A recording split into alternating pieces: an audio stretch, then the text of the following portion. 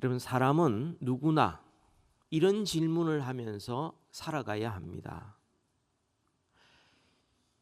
신앙이 꼭 필요한가? 이런 질문을 하고 살아가야 합니다. 사람이라면. 또 필요하다면 어떻게 올바른 신앙생활을 해야 되는가? 이 질문도 동일하게 하면서 해야 합니다. 우리가 신앙생활을 한다 그러면 보통 교회 출석한다, 예배 참석한다, 혹은 봉사한다, 혹은 오늘처럼 전도와 선교 이런 일을 한다, 이런 것들만 여러분 생각할지 모르지만 물론 그것은 굉장히 중요한 것입니다. 그런데 우리는 끊임없이 본질에 대하여 질문해야 합니다. 왜 내가 예배하는가? 왜 내가 봉사하는가? 왜 내가 전도와 선교를 하는가? 여기에 대한 분명한 목적과 이유가 있어야 우리는 본질을 붙잡을 수 있고 그 본질에 우리가 하나가 될 수가 있어요. 그렇지 않으면은 자기도 모르는 사이에 비본질에 집착하는 경향이 있어요. 그렇게 해서는 올바른 신앙생활을 하기가 어렵죠.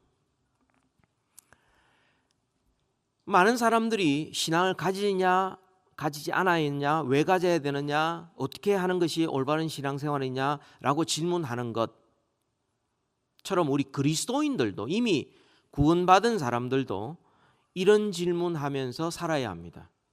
내가 지금 신앙생활을 하고 있는데 예배도 드리고 봉사도 하고 전도도 하고 구제도 하고 선교도 하고 직분도 맡고 여러 가지 하고 있는데 내가 이 일을 계속해서 5년 내지 10년 되면 그때는 내가 진짜 천국 백성답게 변화될 수 있을까?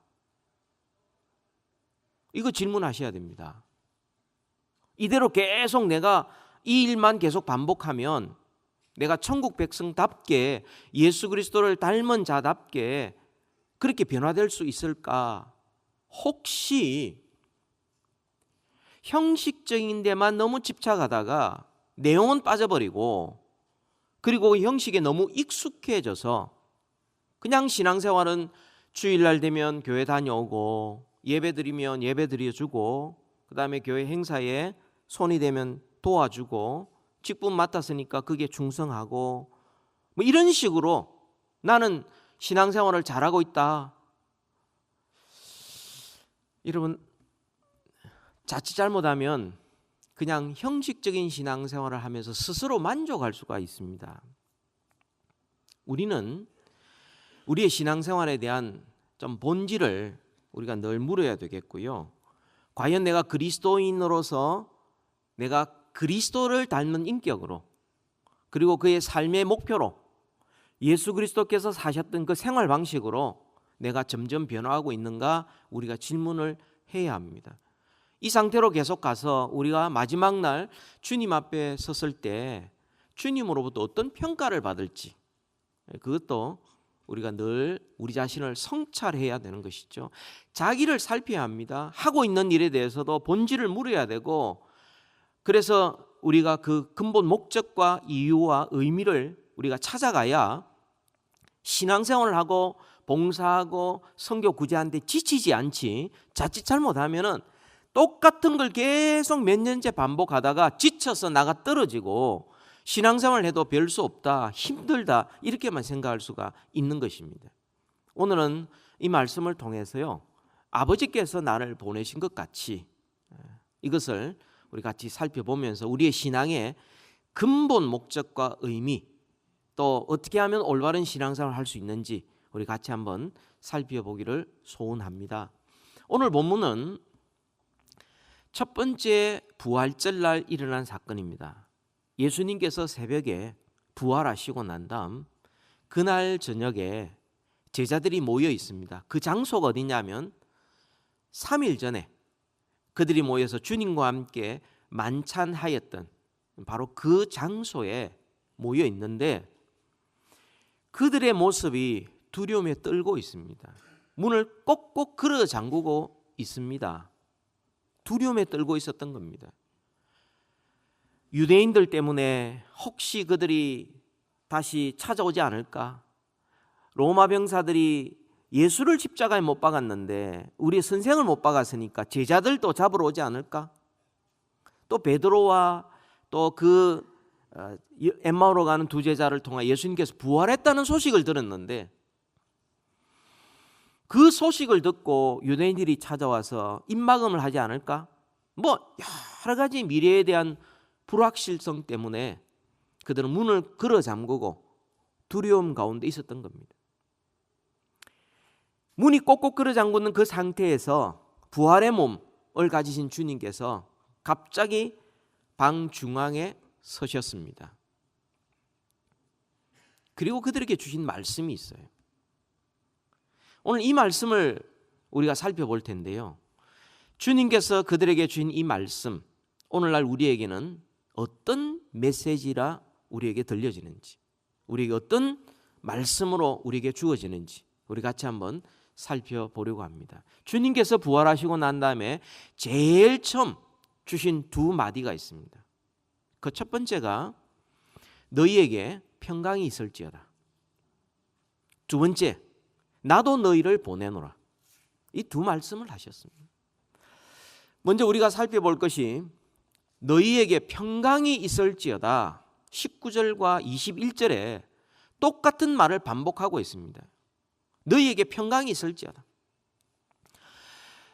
여러분, 평강이 뭡니까? 평강이 뭡니까? 우리는 흔히 이 평강은 영어로 말하면 피스죠. 히브리 말로 하면 샬롬이죠. 평화, 화목, 평안 이렇게 번역이 됩니다. 평강. 이 평강은 많은 사람들이 스트레스를 받지 않는 그런 상태를 평화의 상태라고 생각을 합니다. 많은 종교인들이 그렇게 말을 합니다. 그러니까 그런 무념무상의 상태로 가는 게 그게 곧 평화의 상태다. 이렇게 생각을 하고 그냥 무념무상하려고 많이 생각을 합니다. 근데 여러분, 성경에서 말하는 평화는 문제없는 진공 상태로 우리를 가둬두는 걸 평강이라고 말하지 않습니다. 평강이라는 것은 하나님의 은혜로 충만한 상태, 은혜로우신 하나님의 품 안에서 그냥 그 은혜로 가득 찬, 꽉 채워진 상태, 이걸 평강이라고 말합니다. 어떤 문제가 있건 없건, 환경이 좋건 안 좋건 이런 것들은 우리의 평강과 상관없이 어떤 상태든 하나님의 은혜로 충만한 상태를 평강이라고 말합니다.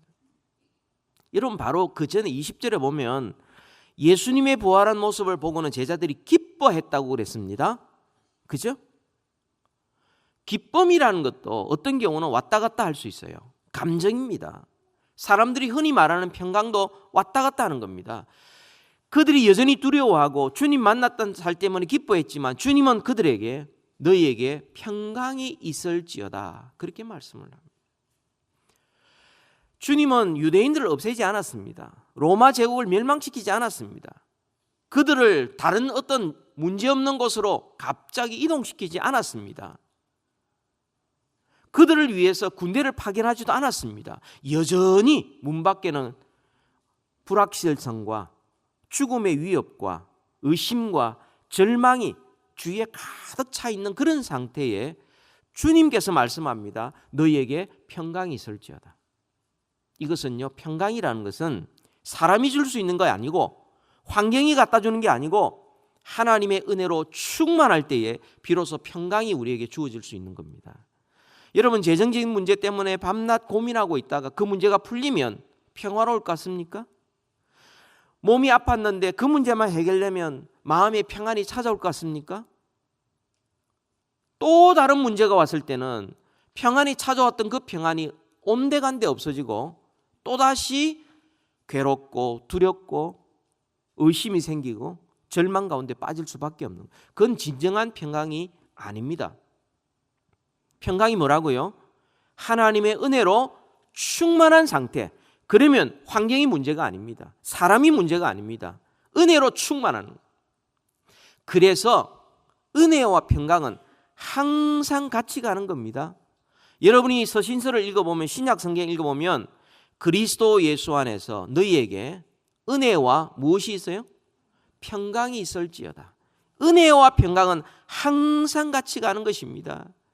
그들이 핍박 가운데 있었지만, 그들 주위에 순교당하는 사람도 있었지만, 그러나 하나님의 은혜가 가득할 때는 그들은 평강을 누렸던 것입니다. 이 평강이 어디에서 옵니까? 환경이 주어지는 거 아니죠? 문제가 해결된다는 것, 그것 때문에 평강이 주어지는 거 아니죠? 또 다른 문제가 생기면 그 평강은 온데간데 없이 사라집니다. 이 평강은 어디서 옵니까? 예수님이 주시는 거예요. 예수님이 너희에게 평강이 있을지어다. 예수님만이 주실 수 있는 것입니다. 왜냐하면 예수님께서 우리에게 평강을 주시기 위해서 이 땅에 오셨고, 우리에게 평강을 주시기 위해서 고난당하셨고, 우리에게 평강을 주시기 위해서 십자가에 죽으시고 죽은 자 가운데서 부활하셨기 때문에, 오직 예수님만이 우리에게 평강을 주실 수 있습니다. 하나님과의 관계가 회복되는 그 평안, 그 화평, 그 화목, 어떤 상황 속에든지 그리스도 안에 있는 하나님의 사랑에서 우리가 끊어지지 않기 때문에 누리는 평강, 어떤 고난과 역경 속에서도 우리는 예수 그리스도를 통하여 하나님 아버지 앞에 나아가 기도하고 간구했을 때 하나님의 평강이 우리의 마음과 생각을 지키실 때 누리는 그 평강. 그러니까 여러분, 이 문제 해결해 주십시오, 저 문제 해결해 주십시오, 환경이 이렇게 바뀌고 저렇게 바뀌고, 이것으로 우리의 평강이 오는 것이 아니라 우리 가운데 그리스도 안에 있을 때 하나님의 평강으로 충만하고 가득할 때 우리는 평강을 비로소 누릴 수 있는 것입니다. 우리에게 왜 신앙이 필요합니까? 진정한 평화가 없는 이 세상 가운데서 우리를 부르셔서 하나님의 자녀 삼으시고 하나님의 평강을 누리게 하시고 화목의 기쁨을 맛보고 이 땅에서도 저 천국에서도 지금부터 영원히 이 평강을 누리게 하기 위해서 주님께서 이 땅에 오셨어요. 그래서 누구든지 주를 믿는 자마다 하나님의 자녀가 되는 권세를 누리게 되고, 자녀이기에 때를 따라 돕는 은혜를 얻기 위하여 은혜의 보좌 앞에 담대히 나아갔을 때 비로소 우리는 하나님의 절대 평강을 누릴 수 있는 것입니다. 이사야 53장 5절에 보면 그가 찔림은 우리의 허물 때문이요 그가 상함은 우리의 죄악 때문이라. 그가 징계를 받음으로 우리가 무엇을 누리고? 평화를 누리고, 그가 징계를 받고 그가 상함으로 우리가 평강을 누리고, 주님이 죽으신 목적은 우리에게 진정한 평강을 주시고 어떤 상황 속에든지 흔들리지 않는 평강을 주시기 위해서 주님께서 이 땅에 오셨고 부활하신 것입니다. 뿐만 아닙니다. 요한복음 14장 27절에 보면 평안을 너희에게 끼치노니 곧 나의 평안을 너희에게 주노라. 이게 예수님의 평안이에요. 예수님의 평안. 나의 평안, 예수님의 평안이에요. 여러분, 평안이라는 것은 문제가 없는 상태에 있을 때 평안하지 않습니다. 어떤 사람 보면 아무 문제 없으면 오히려 불안해하는 사람이 있어요. 이래도 되나 불안해하는 사람이 있어요. 너무 문제가 없어서 불안해하는 사람이 있어요. 그러니까 환경이 문제가 아니에요. 나의 평안을 너희에게 주노라. 내가 너희에게 주는 것은 세상이 주는 것과 같이 아니하니 너희는 마음에 근심하지도 말고 두려워하지도 말라. 근심과 두려움을 물리칠 수 있도록 예수님의 그 절대 평안을 우리에게 주신다 말씀하셨고요. 요한복음 16장 33절에 이것을 너희에게 이르는 것은 너희로 내 안에서 평안을 누리게 하려 함이라. 세상에서는 너희가 환난을 당하나 담대하라, 내가 세상을 이겼노라. 환난을 당하나, 그렇습니다. 환난을 없애주지 아니하고 환난 가운데 있으면서도 우리로 하여금 하나님의 절대 평안을 누리게 하시고, 그리스도 안에 있는 자, 주님께서 말씀합니다. 담대하라, 내가 세상을 이겼노라. 그 죽음을 이기신, 죄악을 이기신, 원수 사탄을 이기신 그 주님이, 그 주님 안에 있을 때 우리는 예수님의 평안을 비로소 누릴 수 있는 것입니다. 여러분, 우리 찬송 한번 합시다. 찬송가 410장 2절과 4절입니다. 찬송가 410장 2절과 4절입니다.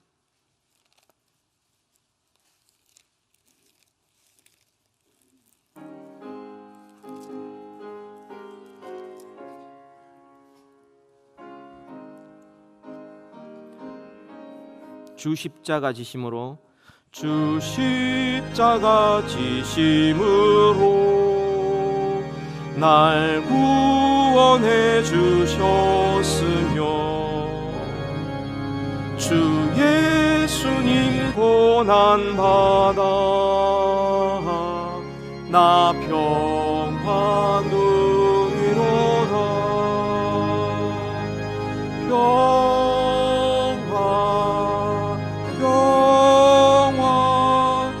하나님 주신 선물, 그 놀라운 주의 평화, 하나님 선물일세. 이 평화 얻으려고, 이 평화를 얻으려고 주 앞으로 나아갈 때 주 예수님 우리에게 이 평화 주시노라. 평화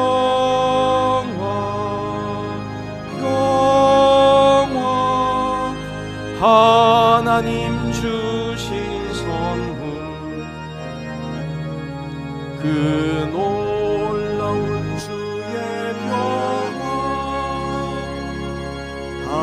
하나님 선물이네.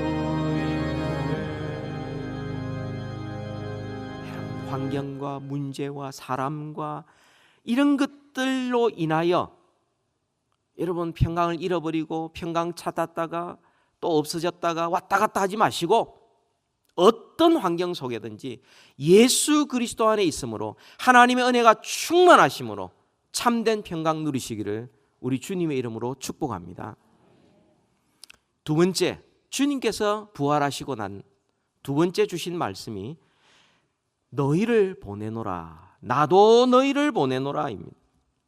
우리 21절을 보십시다. 21절, 요한복음 20장 21절 다 같이 읽습니다. 시작. 예수께서 또 이르시되 평강이 있을지어다, 아버지께서 나를 보내신 것 같이 나도 너희를 보내노라. 아멘. 누구를 보내고 있습니까? 두려움에 떨고 있는 사람들입니다. 문 밖에 나가면 죽을까 싶어서 벌벌 떨고 문을 꼭 끌어 잠그고 그냥 미래에 대한 불확실성 때문에 두려움 가운데 사로잡혀 있는 이 연약한 자들에게 주님께서 말씀합니다. 나도 너희를 보내노라. 주님께서 평강이 있을지어다 약속을 했지만 아직 평강을 누리지 못하고 있는 상태거든요. 문을 열고 나가면 혹은 그 안에 있으면 앞으로 무슨 일이 일어날지 몰라 있는, 두려움 가운데 있는 이 약한 이 사람들, 이들에게 주님께서 나도 너희를 보내노라 그렇게 말씀하세요. 좀 강하고 힘있고 좀 이렇게 밖에 나가도 좀 기 안 죽고 힘있고 좀 성공하고 당당한 사람, 너를 보내노라 이렇게 하지 않았어요. 그냥 두려워서 연약하기 그지없는 이 사람에게 나도 너희를 보내노라 이렇게 말씀하세요.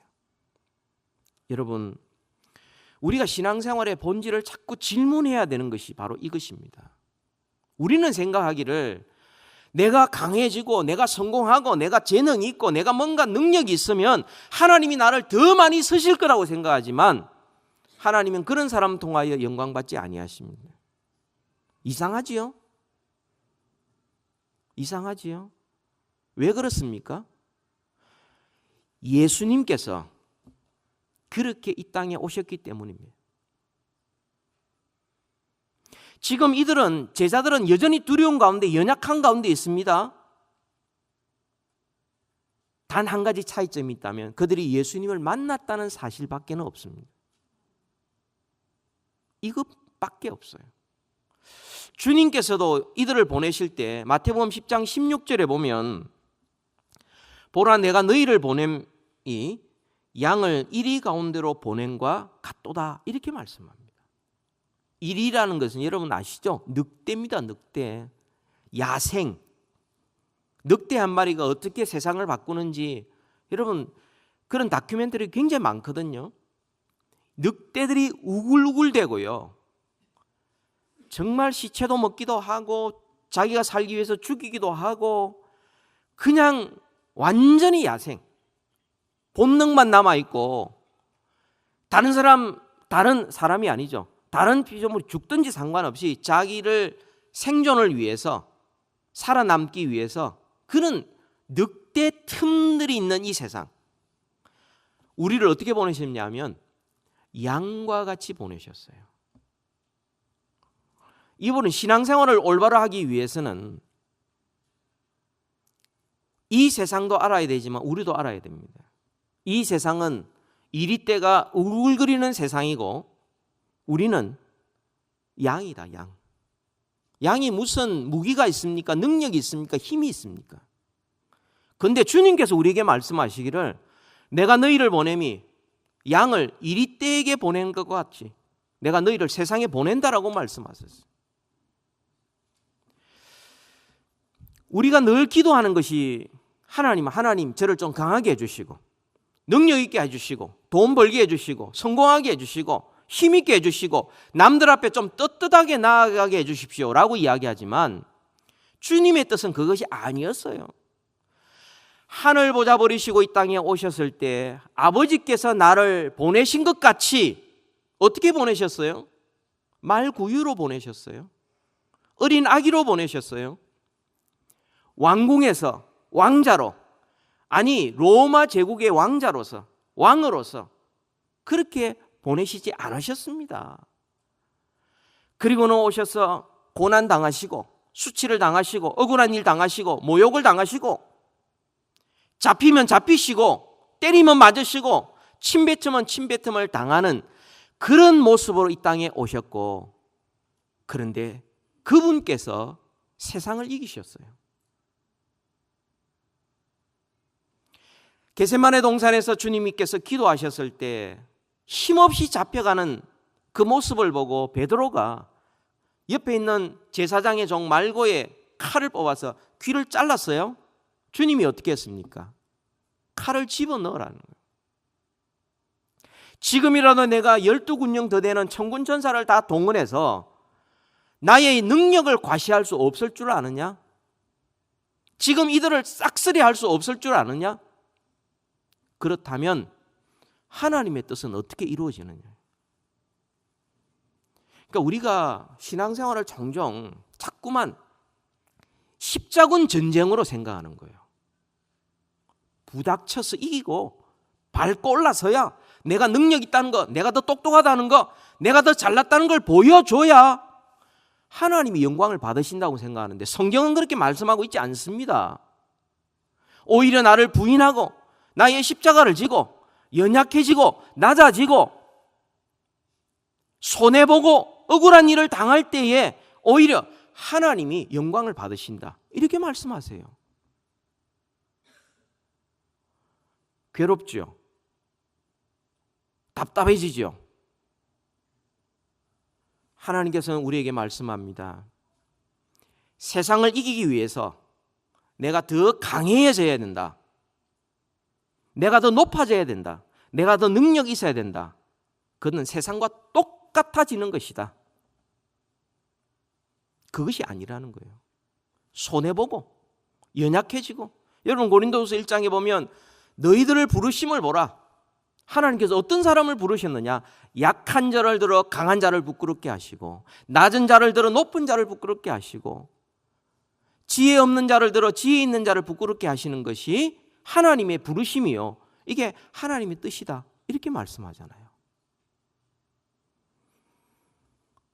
제가 이 말씀한다고 자칭 스스로 똑똑하고 성공했던 사람들 시험 들지 마십시오. 우리보다 똑똑한 사람, 잘난 사람 이 세상에 너무너무 많습니다. 우리 것 가지고 너무 내가 잘났다, 똑똑하다, 내가 뭐 너무 성공했다 이렇게 생각하지 마십시오. 남들은 그렇게 생각 안 할 수 있습니다. 하나님의 방법은 뭐냐? 이리때 가운데 양으로 사는 거예요. 어떻게 살아요? 죽는데요. 주님이 말씀합니다. 그렇지, 너를 부인하고 너의 십자가를 지고 나를 쫓아라, 이렇게 말씀하세요. 그러면 세상을 어떻게 이깁니까? 세상의 방법으로 이기는 것이 아니라 하나님의 능력으로 이긴다, 그 말씀하세요.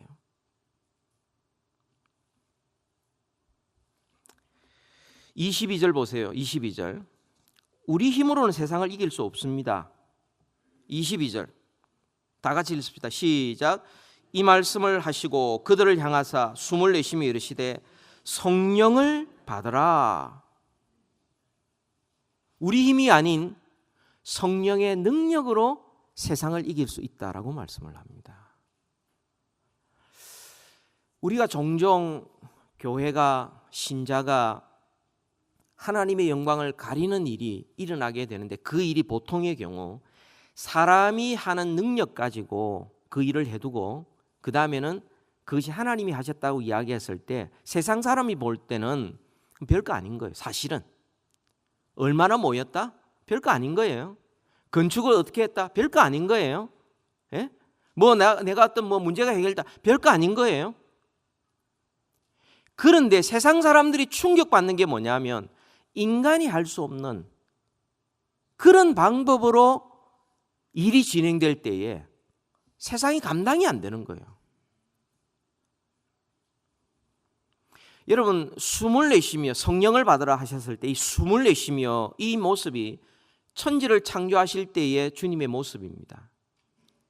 흙으로 사람을 지으시고 그 코에 생기를 불어넣으시는 바로 그 장면이거든요. 사람을 바꾸는 거 성령님이 하시는 거예요. 교회가 변화되는 거 성령님이 하시는 거예요.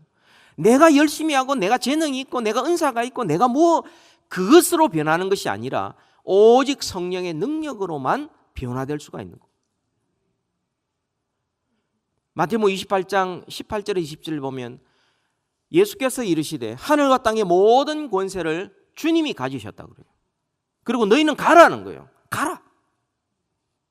그리고 내가 세상 끝날까지 너희와 항상 함께 있으리라.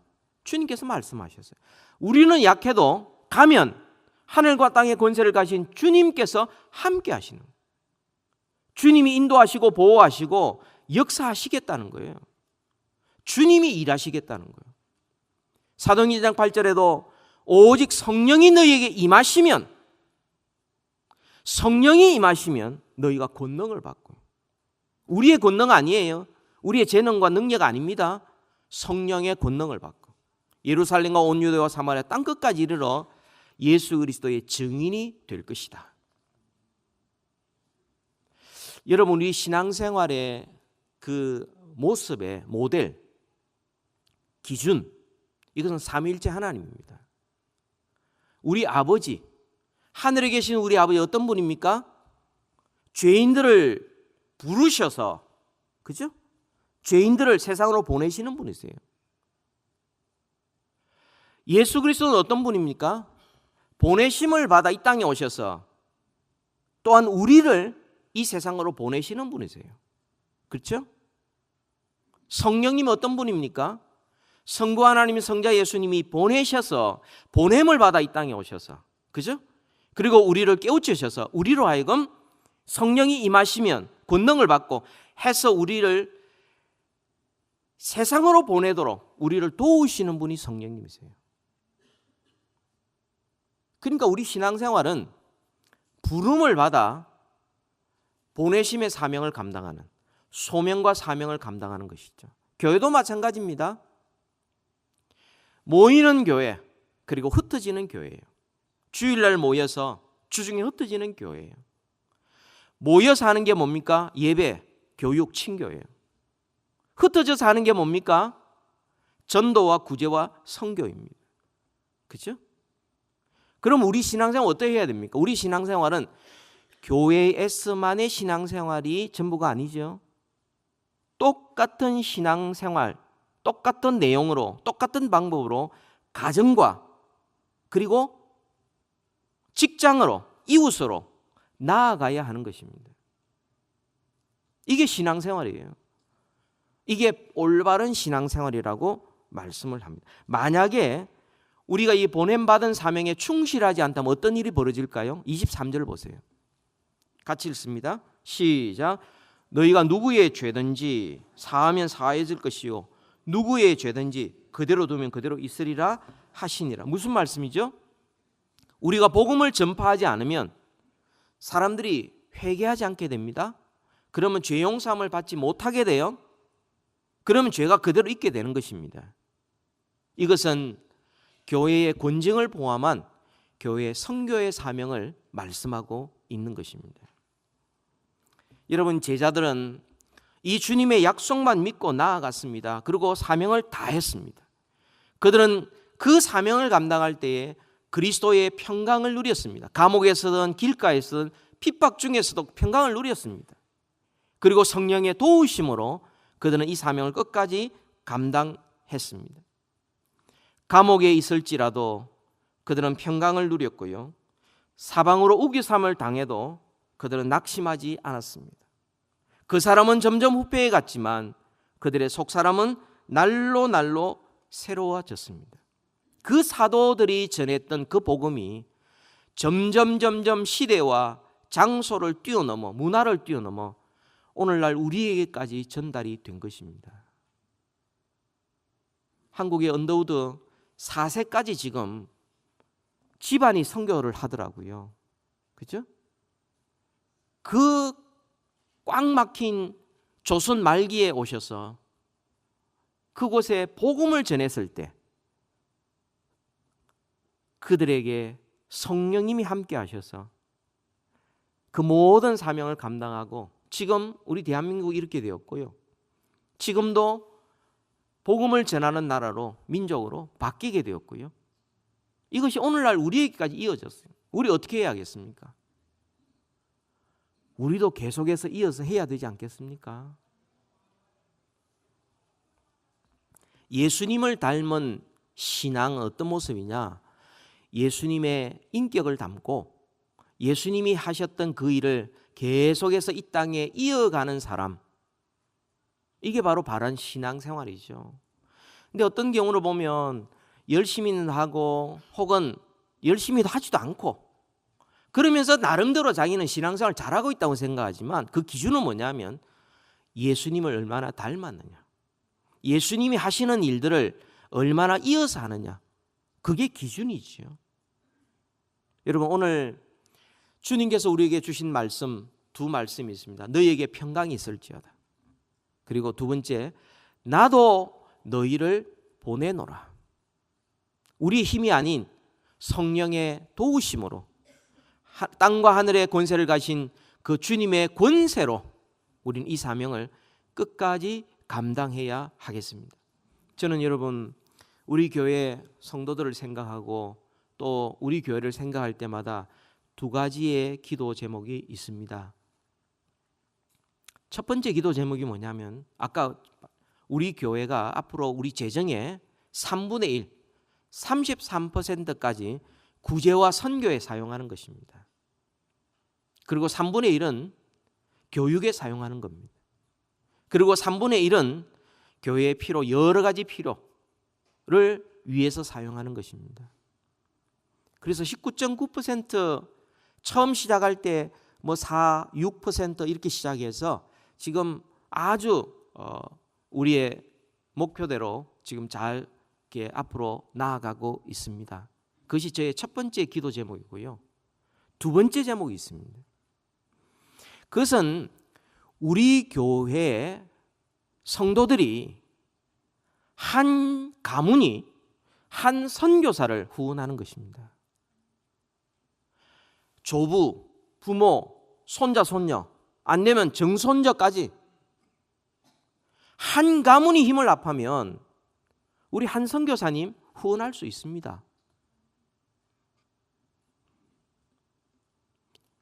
오늘 우리가 선교헌금을 작정을 하는데요. 우리의 자녀들 생각하시면서 앞으로 선교에 같이 동참하는 동력자로 우리 집안이 쓰임을 받겠다 생각하시고요. 가능하면 우리 한 가정당, 한 가문당 한 선교사를 좀 후원을 했으면 좋겠습니다. 이 작정을 할 때 여러분 보시면 원래 우리가 선교를 배필교 선교사님 를 지원하게 되고요. 또 미랄 선교단도 우리가 지금까지는 식사 대접했지만 이제는 정식으로 후원을 하게 되고요. 또 몬트레이 지방에 현대자동차가 들어오는 것 때문에 개척교회를 거기에 시작한 몬트레이 지방에 요 미국의 캘리포니아 몬트레이 말고 저 멕시코 몬트레이에 주안의 교회가 있습니다. 그리고 아리조나에 또 다른 새로운 교회 개척을 했습니다. 그래서 개척교회를 우리가 돕기 위해서 새롭게 우리가 확장을 했는데요. 여러분 이 카드를 한번 내보십시오. 색깔도 아주 이쁘고 참여를 원하시는 사항에 모두 체크하여 주세요. 그래서 매월 정기적으로 하겠습니다. 100불, 50불, 40불, 30불, 20불 이렇게 했는데요. 저는 좀 불만이 왜 200불은 없으며 왜 300불이 없냐는 거예요. 할 수 있는데. 그래서 괄호를 쳐놨어요. 할아버지, 부모님, 손자까지 하고 앞으로 정손자까지 여러분 하셔서 우리 할 수 있지 않습니까? 일시불로 할 수도 있습니다. 근데 가능하면 정기적으로 하는 게 좋은 게 안정되게 지원을 할 수 있기 때문에 여러분 정기적으로 해주시면 좋고, 정기적으로 해주시는 분들에게는 우리가 선교 봉투를 만들어서 우편함이 있습니다. 여러분 그것으로 여러분들에게 관리를 하고 또 리마인더를 시켜드리겠습니다. 수시로 하겠습니다. 그것도 해주십시오. 그래야 우리가 계획을 세울 수가 있습니다. 여러분 또한 이 헌금뿐만 아니라 여러분의 손길도 필요합니다. 선교사님 방문할 때 봉사로 돕겠습니다. 오셔서 교통으로, 숙박으로, 식사로 그 외에 도와줄 일들이 너무 많습니다. 또 중보기도로 동참하겠습니다. 너무 형편이 어려우면 일단 기도부터 시작하는 거예요. 또 단기 선교에 동참하기를 원합니다. 우리 한국 사람들이 마지막 순간에 많이 와서는 죄송합니다만 목사들도 똑같아요. 몇 년 전에 우리 교회에서 총회할 때예요. 그렇게 미리 예약을 하셔야 된다고 다 준비했는데 당일날 딱 나타나서 방 하나 내놔라 그러는 거예요. 이렇게 하지 마십시다. 우리 미국의 예약 문화가 얼마나 좋습니까? 미리 예산을 세우고 단기 선교도 막판에 막 들어왔다가 나갔다 하지 마시고 기도 가운데 미리 좀 준비하셔서 팀워크도 좀 다지고요. 같이 음식을 먹으러도 다니고 그 현지 음식, 그리고 같이 체력 훈련도 하고요. 교제도 나누고 그래가지고 선교제에 가야 팀워크가 맞지. 그죠? 아무튼 단기 선교에 동참할 수 있도록 여러분 표시를 좀 해주시기 바랍니다. 여러분 지금 이걸 꺼내셔서 한번 표시를 좀 해주십시오. 표시를 해주십시오.